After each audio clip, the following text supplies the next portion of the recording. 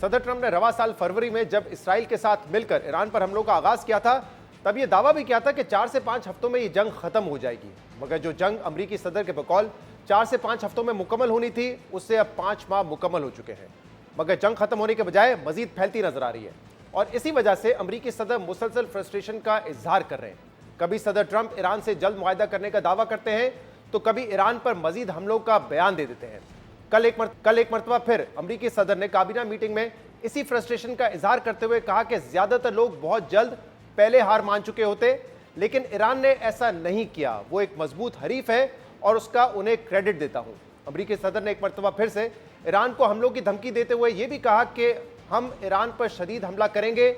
एक वक्त आएगा जब वो कहेंगे हम अब मजीद हमले बर्दाश्त नहीं कर सकते। इस मीटिंग के बाद अमेरिकी मीडिया की जानिब से भी ये खबरें सामने आ रही हैं कि अमेरिकी सदर ने एक मरतबा फिर से ईरान पर कई दिनों पर मुश्तमिल हमलों का हुक्म दे दिया है। अमेरिकी अखबार वॉल स्ट्रीट जर्नल के मुताबिक सदर ट्रंप ने अमेरिकी फौज को ईरान के खिलाफ नई कार्रवाई शुरू करने की हिदायत की है, जो कि इसी हफ्ते के आखिर तक शुरू हो सकती है। ये कार्रवाइयां चंद दिनों तक जारी रह सकती हैं, जिसका मकसद ईरान को अमेरिकी शराइत पर मुज़ाकरात की मेज पर वापस लाने पर मजबूर करना है।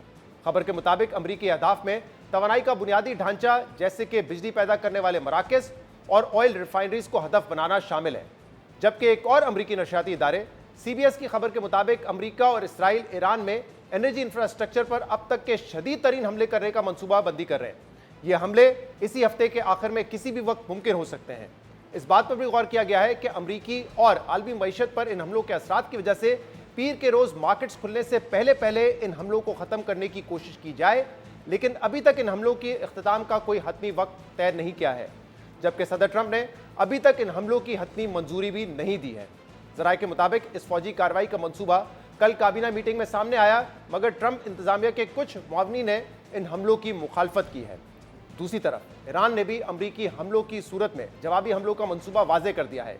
ईरानी न्यूज़ एजेंसी तस्नीम के मुताबिक ईरान के जवाबी हमलों के मंसूबे में सयूनी हुकूमत के अहम इंफ्रास्ट्रक्चर समेत खित्ते में अमरीकी तवानाई के बुनियादी ढांचे को निशाना बनाना शामिल है। जबकि पासदाराना इनकलाब की अलंबिया ब्रिगेड के commander major general Ali Abdollahi ने अमेरिका और इसराइल को खबरदार किया है कि जारियत करके भागने का दौर खत्म हो चुका, गलत अंदाजे लगाकर की जाने वाली किसी भी कार्रवाई के नताइज भुगतना पड़ेंगे।